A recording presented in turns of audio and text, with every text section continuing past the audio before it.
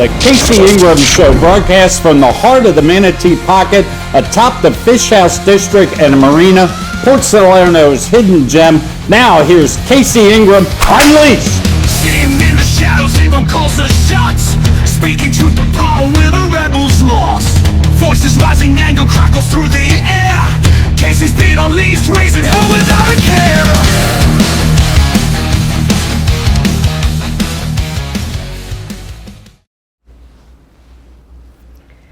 You know, lately I've been hearing a lot of outrage, mostly from the political left, about President Trump eliminating federal jobs.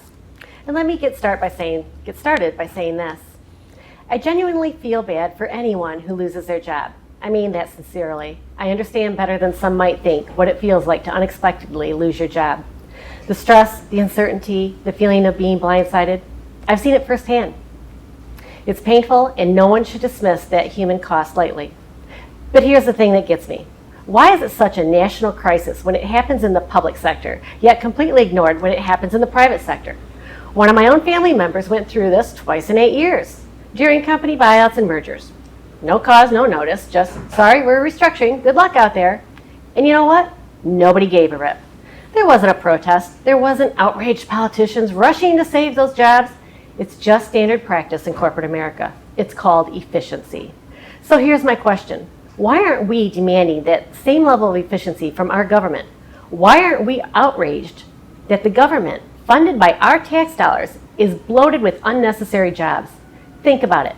Government employees often get better salaries, better benefits, and retirement packages that most people in the private sector can only dream about.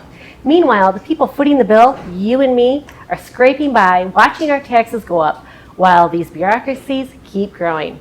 And let's get something straight. The government's job isn't to be the nation's largest employer. It's not supposed to exist just to provide paychecks. The government is supposed to serve us to ensure fair laws, uphold regulations, and help create a better, more stable society. That's it. Yet here we are, with a government that's become the largest employer in the country. That's not efficiency, that's unsustainable. Now I hear some people saying, but what about cancer research? What about life-saving breakthroughs? And I get it, medical research is important, but let's not pretend that cutting federal jobs will suddenly stop scientific progress in its tracks. That's why we have patents. Private companies invest billions into research, and patents allow them to recoup those costs after taking on the financial risk of innovation.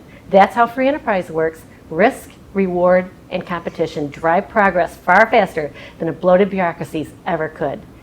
And if we're being honest, wouldn't it be interesting to take a closer look at all those government research grants? I'd love to see who's really getting those billions of taxpayer dollars. Are they the ones doing groundbreaking research, or are they the ones with the best political connections?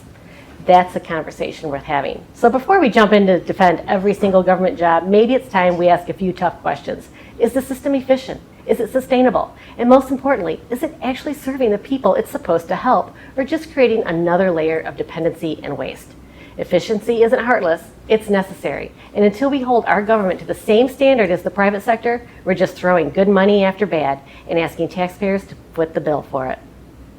Today, I have in the studio, welcome to my first Rumble, I have Eric Miller. And Eric Miller, you are a repeat guest and one of the brightest people here in Martin County. A lot of fun. You truly are well researched, and we're going to talk a lot about DOGE.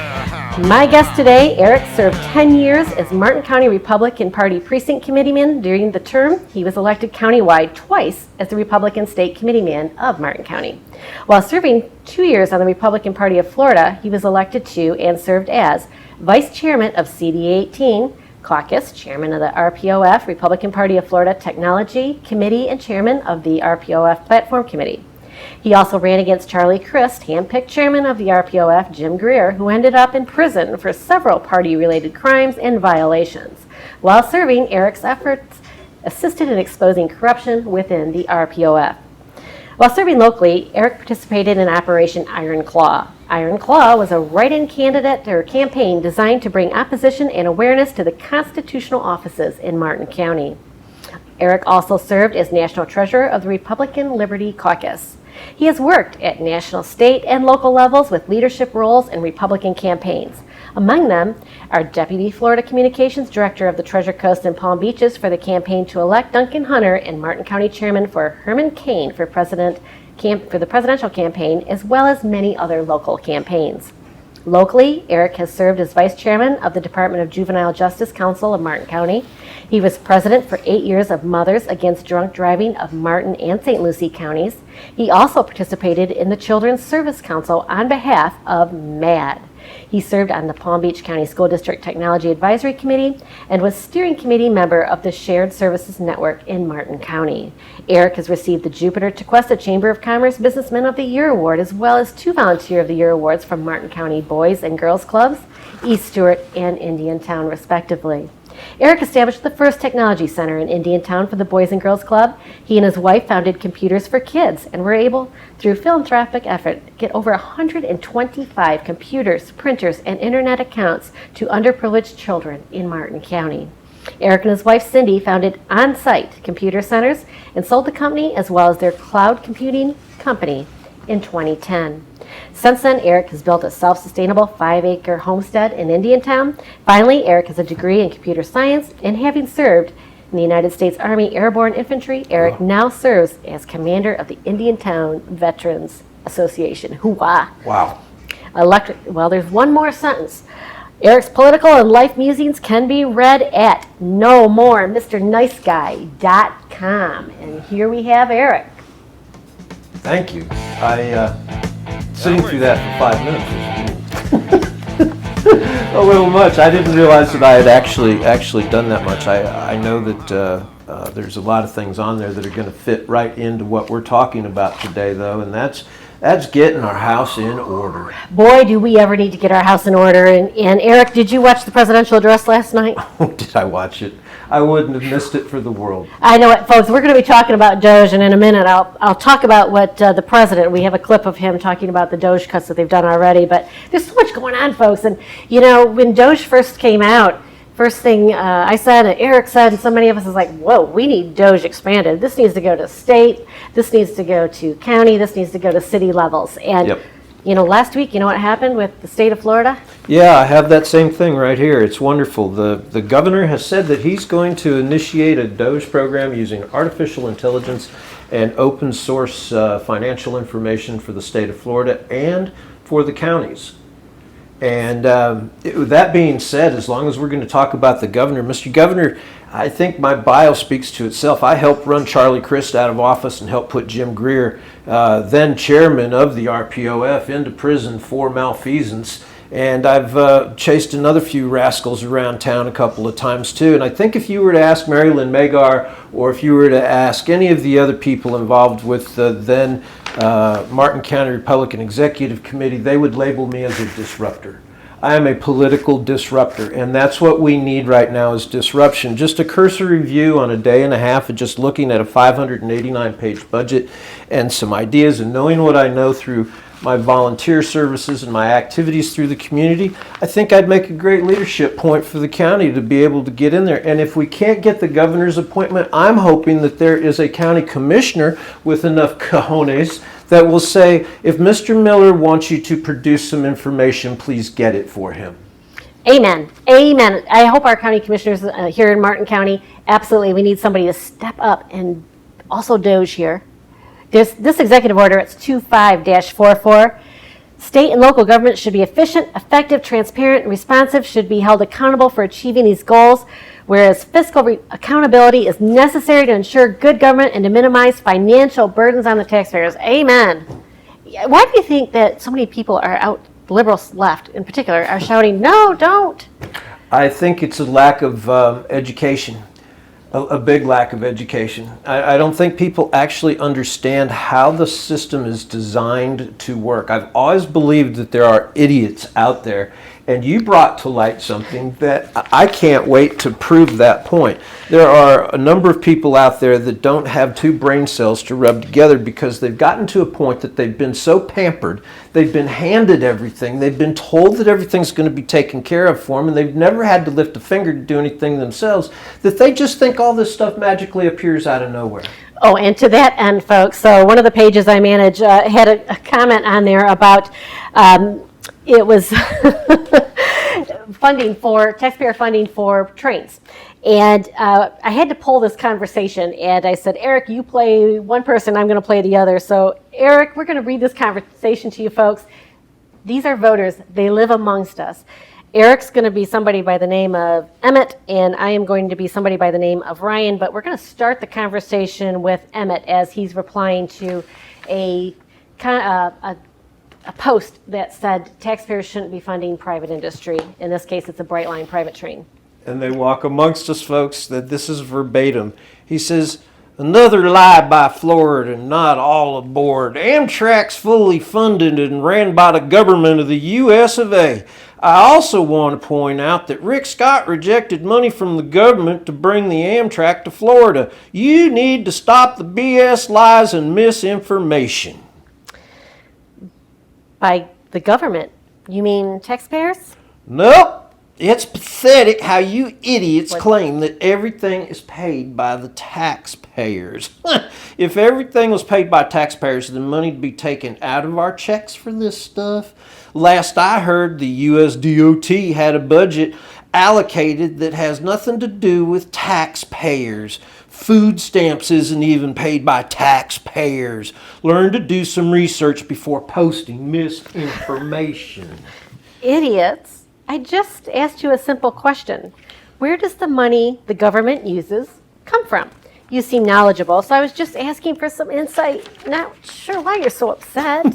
And I answered you. And I'm sick and tired of idiots like you claiming everything's paid by the taxpayer. What that is so far from the truth, it's pathetic. I asked you a question and you keep insisting on acting like a child. Where does the money the government uses come from? An allocated budget. You and I not even involved in the budgets. Learn to do some research, moron. There is no tax that we pay to fund services like Amtrak. For us to pay taxes, there must be approval by the government, and tax rate must be created. You're crying over nothing, really. $1.5 billion on Amtrak, while the U.S. defense takes up a whopping $652 billion.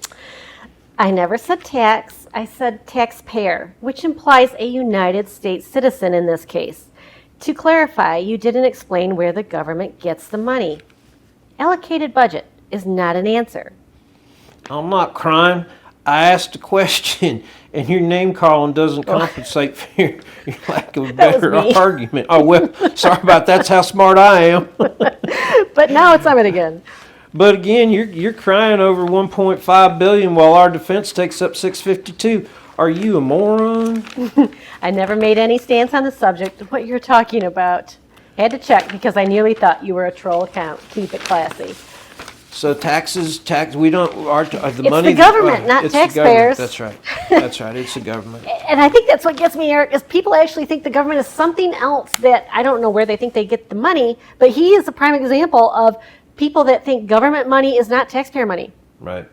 It's And amazing. this is why we need DOGE. Discover the Fish House District in Marina, Port Salerno's ultimate waterfront escape. Nestled in the heart of Port Salerno and the breathtaking Manatee Pocket, the Fish House District in Marina is your go-to destination for fresh seafood, craft cocktails, and an unforgettable waterfront vibe. Drop anchor at the Pearl, the district's swanky new hotspot, serving up expertly crafted drinks and the freshest catches. Explore the district, unwind by the water, and top off your experience with a scoop or two of the best ice cream in Martin County at Captain Hook's, a local favorite known for its rich, creamy flavors that keep visitors coming back for more. Feeling adventurous? Stretch and relax with aerial yoga at the OM Shack. From laid-back days to lively nights, there's something for everyone. Come see what the buzz is all about. Visit the Fish House District in Marina at 4745 Southeast DeSoto Avenue in Port Salerno, right on the Manatee Pocket, where coastal charm meets excitement. You know, Elon Musk was talking about how money is funneled to the NGOs, non-government organizations, to do things that are illegal that the government can't do. Or the taxpayers would never allow. Allow. Yeah. And you see a lot of that kind of operation here in Martin County. Let me back up for a second. I think if I wanted to start this whole DOGE program, I wouldn't go at it from a vindictive or a malicious kind of attitude. I really would like to see and be able to demonstrate to the rest of Martin County how their money is really being spent. In a 589-page budget that has nice fluffy little words for each department and describes their goals and tasks and all of these wonderful things that they're going to do, is a self-made document, and it's made to and designed to hide. To keep things from you. So when we do this, we need to look at it and ask, is this money really necessary to be spent? Because, we're talking a lot of money, a whole lot of money, and it comes out of our pockets, primarily property owners within the county. So to begin with, what I would like to see, and I've asked both a school board member, and they know who they are, and I have also asked the county on numerous occasions for simple flowcharts. Give me a flowchart of the county. Show me each. Well, we can't do that. Why can't you do that? Well, we don't want to divulge our employees' information. I don't want employee information. I want a position, I want a salary, and I want to see what the job does, okay? I want to be able to look at that, because when I can see things in a hierarchical manner, I can do things like turn AI loose on it and be able to correlate it back to other crossovers in a hierarchical structure like nonprofit organizations, non-governmental organizations, public-private partnerships. Where is our local government spending money through surreptitious means? I'm not saying malicious, but surreptitious meaning it's a way to get around the approval process. And I think you'd see a lot of that and a lot of overlap with the MPOs especially. And why are we funding museums? Why are we funding operas? Why are we funding art shows? Why are we funding the arts? Why are we doing a lot of things that we're doing with taxpayer money? These are philanthropic interests that if people are philanthropic enough to want to enjoy them, they will take from their own pocket to pay for those. I can think of a certain art house gallery that's close by. Nobody's getting taxpayer donations for that gallery, right? But all privately funded. That's exactly right. I will guarantee you, just by looking at what I've looked at here, that we could go through this budget of the counties and eliminate positions and up to $80 million with our eyes closed, and nobody would ever notice that these programs and these people were gone, except their families that aren't going to get a paycheck and a pension anymore. And that's just it. Martin County's budget is, this was actually pretty interesting. It's $672 million, almost $750 million is our budget. Do you know in 2021, the Martin County budget was $491 million. It's a 37% increase in 4 years, people, 4 years. Yeah. Now, the population in 2021 was 158,000. It's projected to be 165,000 in 2025. So our population grew by a mere 4.5%. Our budget in 4 years, 37%. It's a 569-page document. And it's absolutely, Martin County, the government is also the third largest employer here. There's so much going on, and I just, to that end, want to point out some of the things that happen. I happened to stumble across a letter that the medical examiner is looking for a pay raise. And this is the kind of things that happen here, folks, because we just went through this with other county staff level positions, county administrator, attorneys, that kind of thing. They come in and they look for a raise and they compare it to other areas, justify it as why their position needs raised, and then lo and behold, a few months later, staff says, they had a 12% raise, we should get a 12% raise, and it keeps getting larger and larger, the budget, the salaries here in Martin County. So I saw a letter come in that the medical examiner is looking for a pay raise. And that person said the need to maintain industry salary trends and recent discussions with the medical examiner, they would like an increase in our district, an increase of $127,857 per year, along with benefits driven for that salary range. Now, why did they do that? They said that District 19 serves a population of 739,000, and his salary is only 367,000. But if you compare it to the medical examiner in District 10, he covers approximately 928,000 people, performed 232 autopsies, less than a third of the ones conducted in District 19, but has a salary of 371,000. So way less autopsies, has a salary there. Another one in District 8 covers a population of 424,000, performed 440 autopsies, and a salary of 510,000. So that's the one they want to compare to. The one that has 424,000 population, 440 autopsies, making a salary of 510,000. Again, we have a population of 739,000. Our medical examiner is making 367,000, and they had about 900 autopsies. But you know what, Eric? They also sent some other things. District 15, 353,000, 1,123 autopsies. Remember, we have about 900 autopsies. District 9 and 25, 353,000, 1,575 autopsies. District 5 and 24, 357,000, 1,098 autopsies. And then this one's a big one, District 6, $500,000, but they have 1,800 autopsies, double ours. So we're supposed to, at 900 autopsies, and our current medical examiners paid $367,000, they're coming in and asking for $127,000 more a year. This is one position I'm talking about. It's crazy. It's crazy. And this is the kind of thing DOGE is going to come in and look at all these different positions. Where is our money going? We taxpayers are paying for this.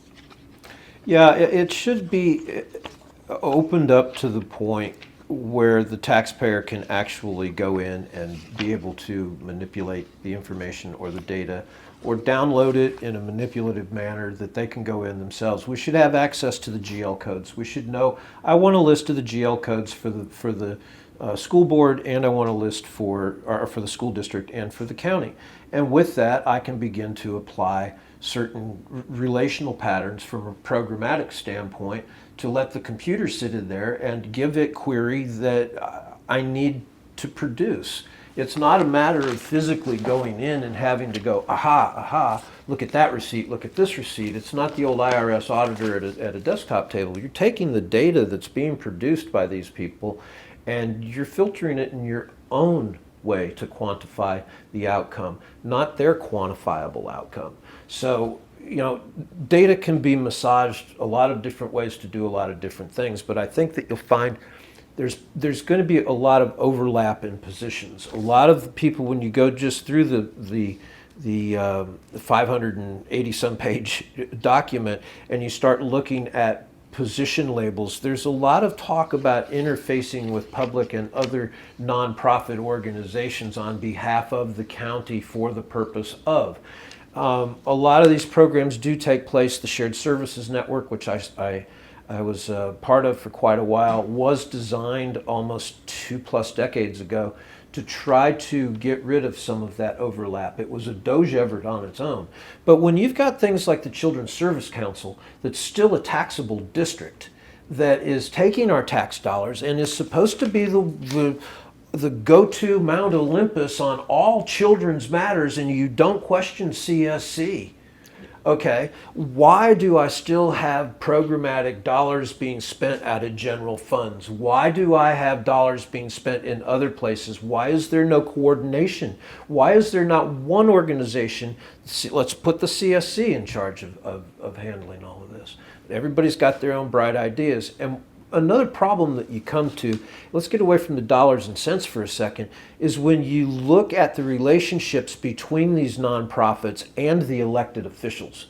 Okay, you start to get a voter base of 20 here, a voter base of 50 over here for all of the employees that work for a nonprofit, because they know that this particular commissioner is sympathetic to their cause. Unions are another area. We should have some local rules, if not state rules, where unions and any outside NGO, public-private partnership, or NPO cannot promote or endorse a candidate if their money is coming from the government. They should not be able, the firefighter, I'm sorry guys, I love you to death and I know what you're fighting for out there and I know what you're doing for us, but your stranglehold on the political chain with the union should not be allowed. You get taxpayer dollars. I'm sorry. You as fire people should have the ability to come out and say, hey, I'm Dan, a fireman, and I support, Bob Cratchit for office. But the union, I'm sorry, no, the union doesn't have a protected right. And you're getting your money from the same government that you're asking the people to put in. So there's conflict there. It is, and that's a huge issue here in Martin County because the firefighter union gets deeply involved with who's elected on our county commission, who then votes on salary raises and budgets. Mm-hmm. So it's definitely a conflict of interest. I completely agree with you.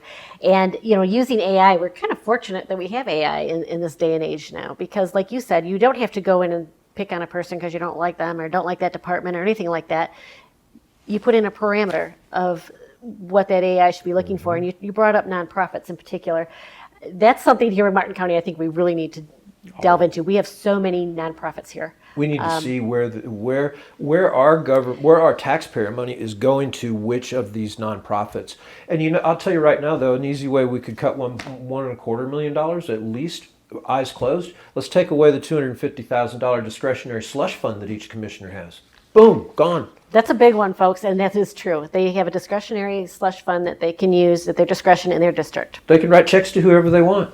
They're buying votes with tax dollars. I'm sorry, that's what it boils down to, and that's why I'm glad you read my intro and I gave you the information that I did because I have a background not only locally but nationally in these games that are being played, and it's time that people wake the hell up and figure out that they're being slapped upside the head and quit saying thank you for it. And we really need to look, I looked at this from the federal level, the state level, the state or the city level, county level, and the bureaucracy of the United States, it is just so fat. It shouldn't be the largest employer in the country.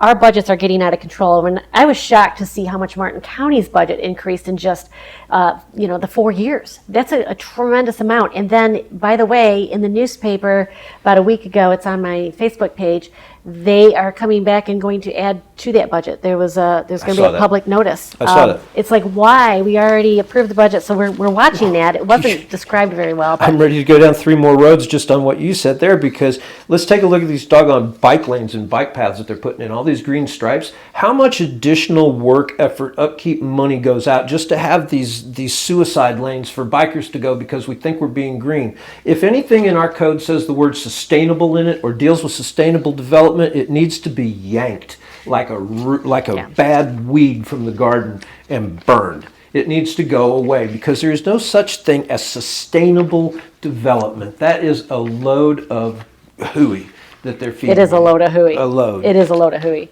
And when we look at Martin County, I was looking at their budget, 73% is of the funding Martin County comes from property taxes, folks. You and I.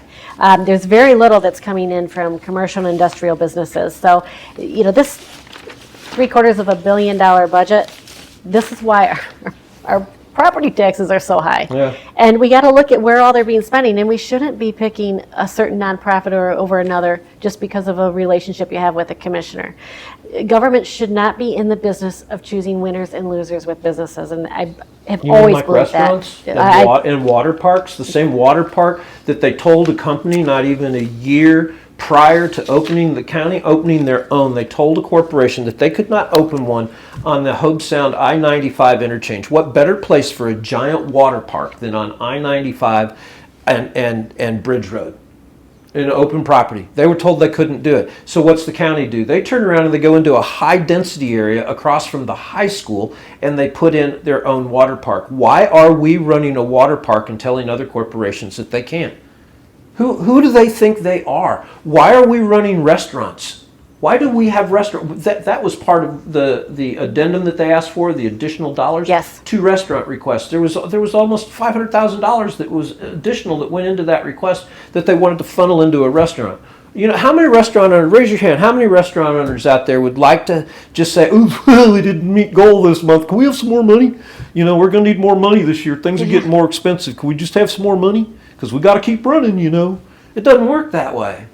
And it does with our government. It does with our government, though, doesn't it? Thank goodness for Elon Musk and President Trump trying to, rein in this bloated bureaucracy of spending that we have.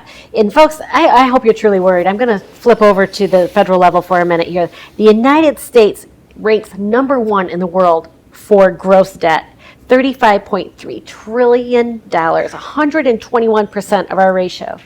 Number 2 is China, 16.5 trillion, little less than half. But you know what's crazy? They have about 4.5 times the population we do. When and what point here in America are we going to step up and say, we need to look out for America first? We need to cut this debt.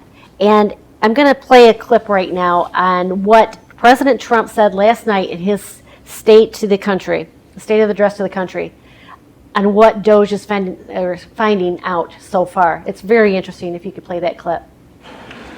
Just listen to some of the appalling waste we have already identified. $22 billion from HHS to provide free housing and cars for illegal aliens. $45 million for diversity, equity, and inclusion scholarships in Burma. $40 million to improve the social and economic inclusion of sedentary migrants. Nobody knows what that is. $8 million to promote LGBTQI+ in the African nation of Lesotho, which nobody has ever heard of. $60 million for indigenous peoples and Afro-Colombian empowerment in Central America. $60 million. $8 million for making mice transgender. This is real. $32 million for a left-wing propaganda operation in Moldova. $10 million for male circumcision in Mozambique. $20 million for the Arab Sesame Street in the Middle East. It's a program. $20 million for a program. $1.9 billion to recently created Decarbonization of Homes Committee, headed up, and we know she's involved. Just at the last moment, the money was passed over by a woman named Stacey Abrams. Have you ever heard of her? A $3.5 million consulting contract for lavish fish monitoring. $1.5 million for voter confidence in Liberia. $14 million for social cohesion in Mali. $59 million for illegal alien hotel rooms in New York City. He's a real estate developer. He's done very well. $250,000 to increase vegan local climate action innovation in Zambia. $42 million for social and behavior change in Uganda.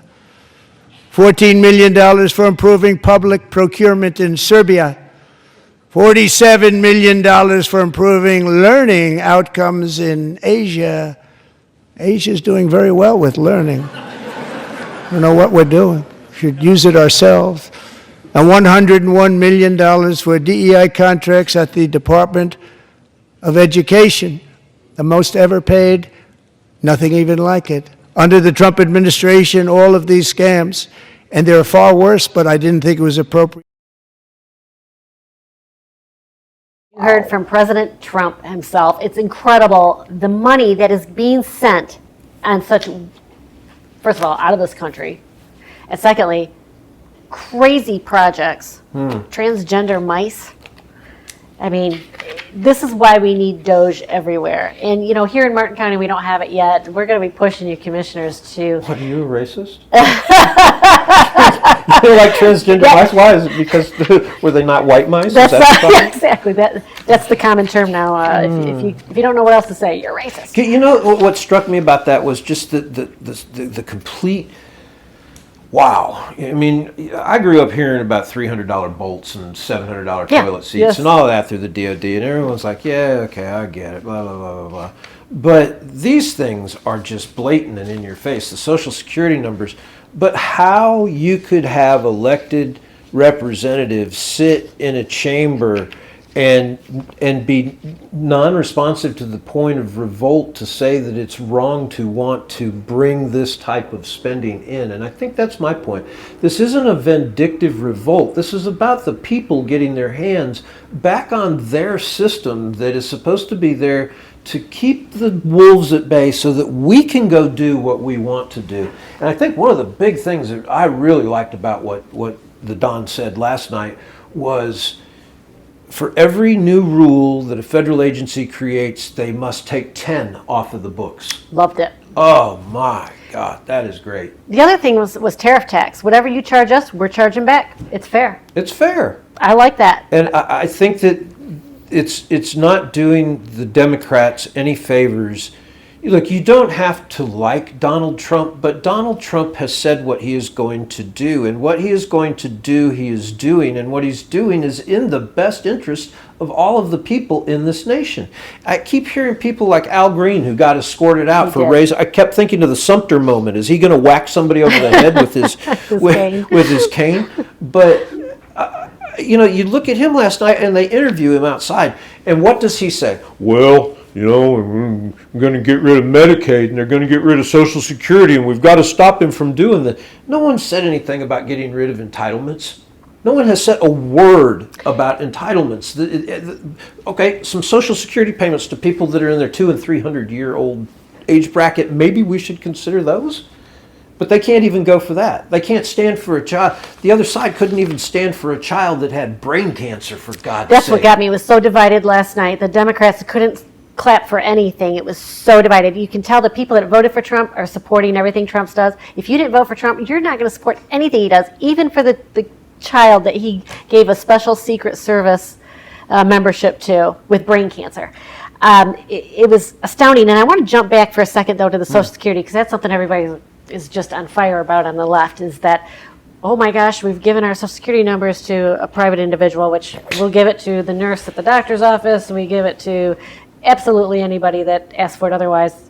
But heaven forbid, the richest man in the world apparently is, or one of the richest men in the world. I think Bezos might have that title. I'm not sure anymore. He's a government employee, so he's governed by the same kind of disclosure that any other employee was. And to say he's trying to get our Social Security numbers for nefarious purposes is absolutely ridiculous to me. That goes back to our conversation that Emmett and Ryan had here. Yes. I mean, thinking that something is what it actually is not, and that's the problem. We've lacked the education. We have to get, Amy, we have to get constitutional education hardcore back into the school system. It's a problem when people think the government is not funded by taxpayers. There's a problem with our education system that's happening. I want to jump back to that Social Security for a minute, because it wasn't just that a lot of dead people still have Social Security numbers active and in the system that are 200, 300 years old. The problem is the check system in the federal system allows them to sign up for disability or unemployment or file other medical payments. That's where Elon Musk is saying we've got to clean this up. So even though 100% of those Social Security numbers that are active for people that clearly can't be alive, they may not be taking Social Security funds. Somebody can be using that number for something else. Unemployment, disability, and there's no check other than, oh, it's an active Social Security number, so automatically they think it's alive. This is a big deal, and that's just one issue. Mm-hmm. But there's just so much that's going on with DOGE that is going to, I think, hopefully open our eyes. And I hope that America can come together, the Democrats as well, realize we cannot sustain a $36 trillion debt. Thank you. We cannot sustain it. We have the number one debt in the world, folks. How much more can we just keep giving away? And at what point do we worry about it for our children? Well, Social Security is a perfect example. You could almost put anything in there with Social Security, and no one replace the label of Social Security, rather, is what I'm saying, and do it either at a state, national, or a local level.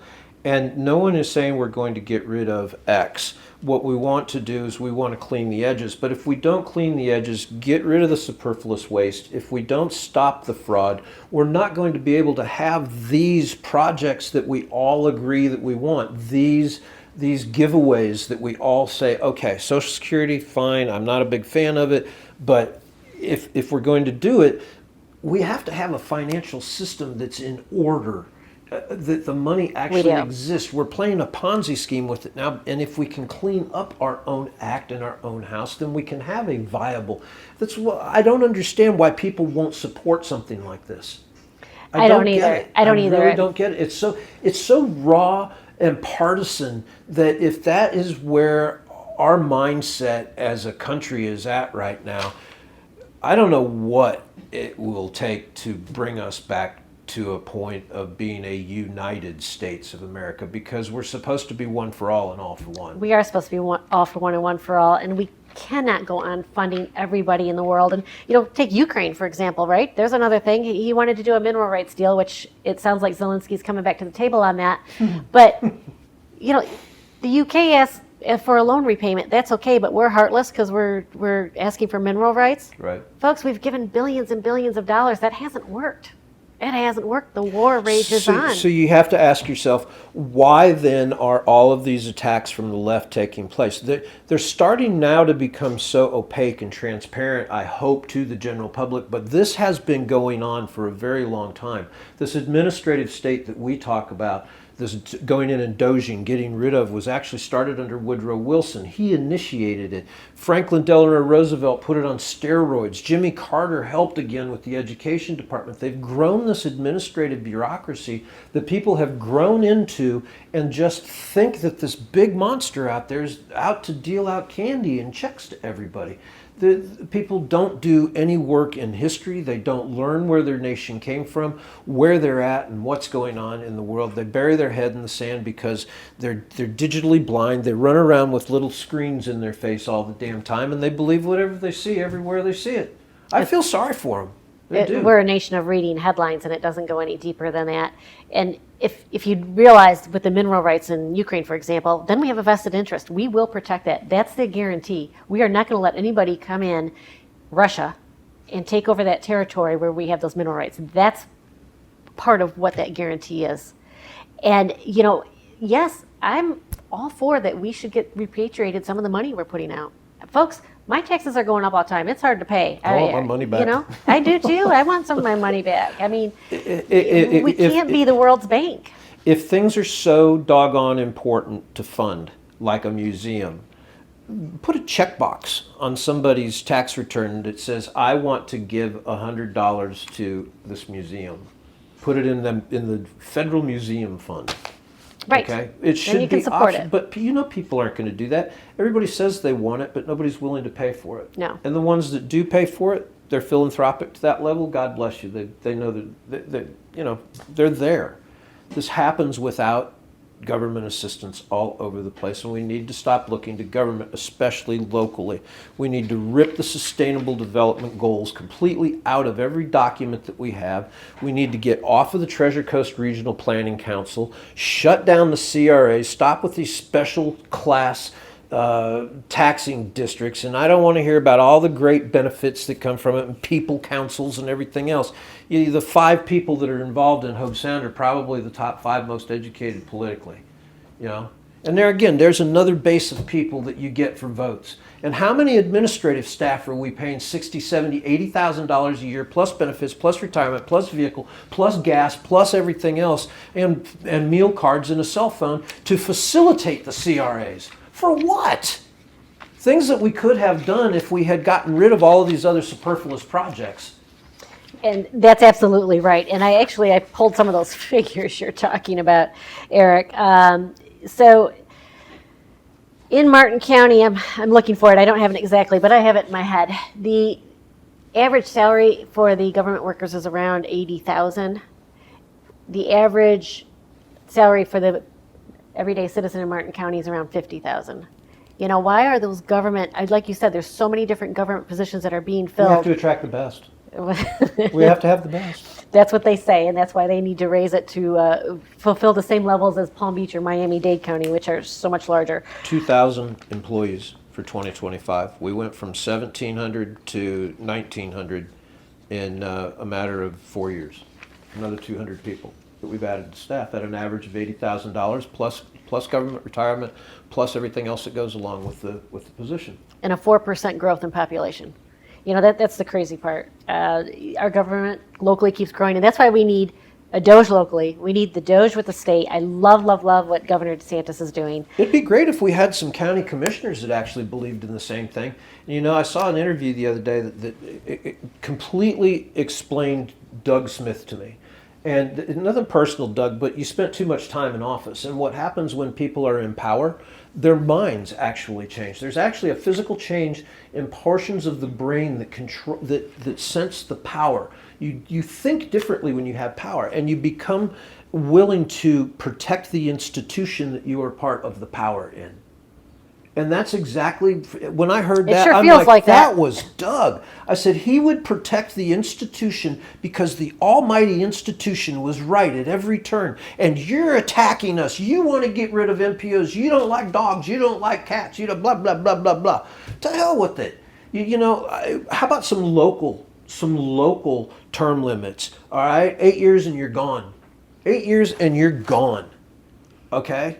We don't need a consistency. What we need is a different type of land planning, a different type of county administration. We need to reduce the size of our county, and we need to free things up a little bit and quit being so damned restrictive with everything that we do. Well, and with term limits, it brings in that fresh blood. And, you know, there is consistency because 3 seats are turned over every 4 years.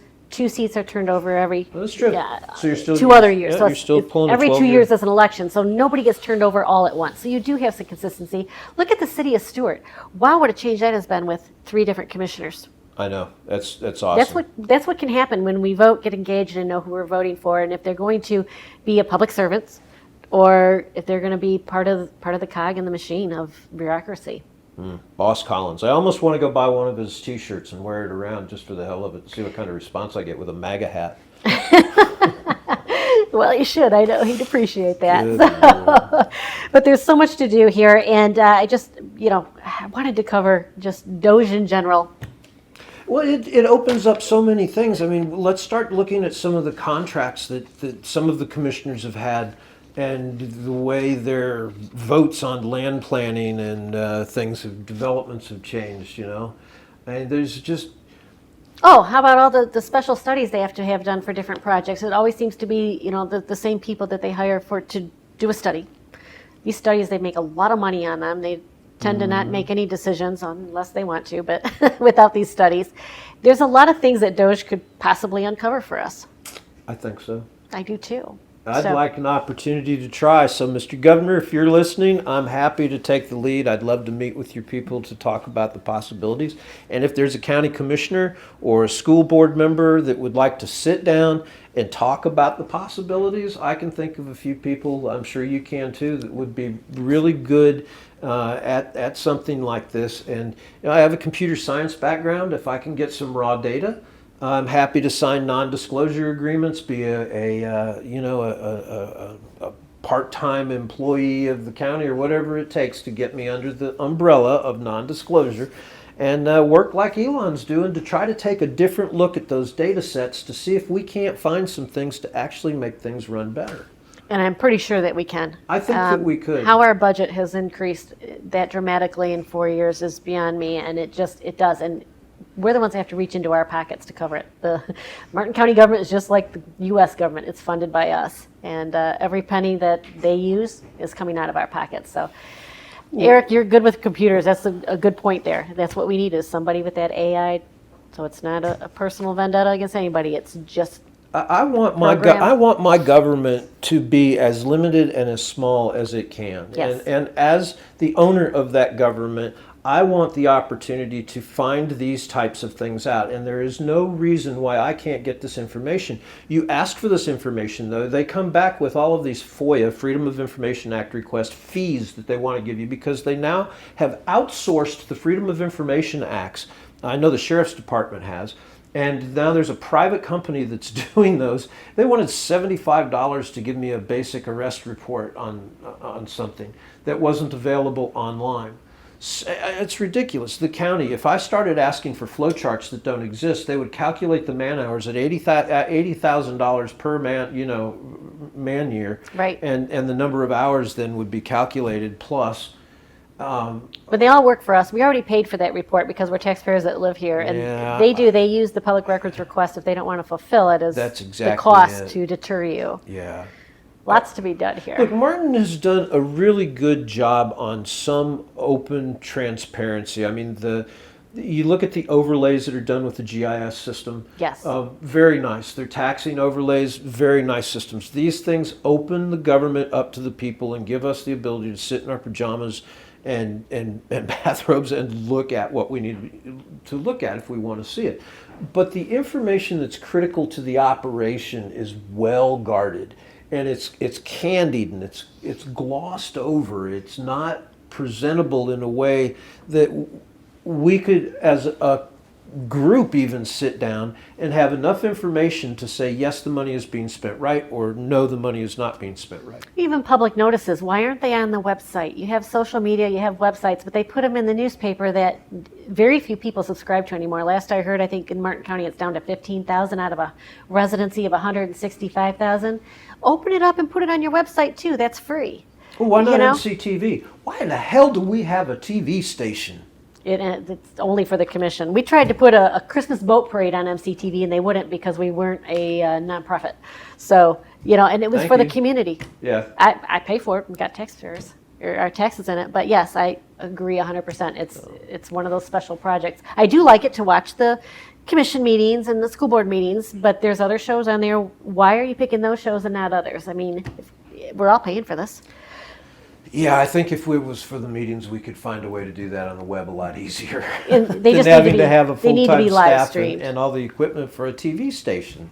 And I will say hats off to Martin County. It's one of the few municipalities I know of that puts their county commission, most of their county commission and administrator emails online for people just to look through it. That's a rarity, and hats off to There's that. good points to it, but Yeah. I think there's a lot of areas. There's always room for improvement. If we could find $80 million, all Yes. right, we could walk in, we could find $80 million. Instead of raising taxes, let's how about lower taxes, and maybe we can get Thank a you rebate very locally. much. How nice would that be? So, well, all right, folks, we've covered a lot today, and why DOGE isn't just some bureaucratic buzzword, but a real solution that needs to be in play at the federal, state, and local levels. If we want smarter governance, better accountability, and policies that actually work, we can't just sit back and hope for the best. So what's next? Well, that's up to all of us. Staying informed, asking the tough questions, and making sure our leaders aren't just talking the talk, but actually walking the walk. This is Casey Ingram, and if this conversation got you thinking, don't keep it to yourself. Share it, subscribe, and let us know your thoughts. Because the more we push for change, the closer we get to actually seeing it happen. Until next time, stay sharp, stay engaged, and maybe, just maybe, let's make DOGE a household name.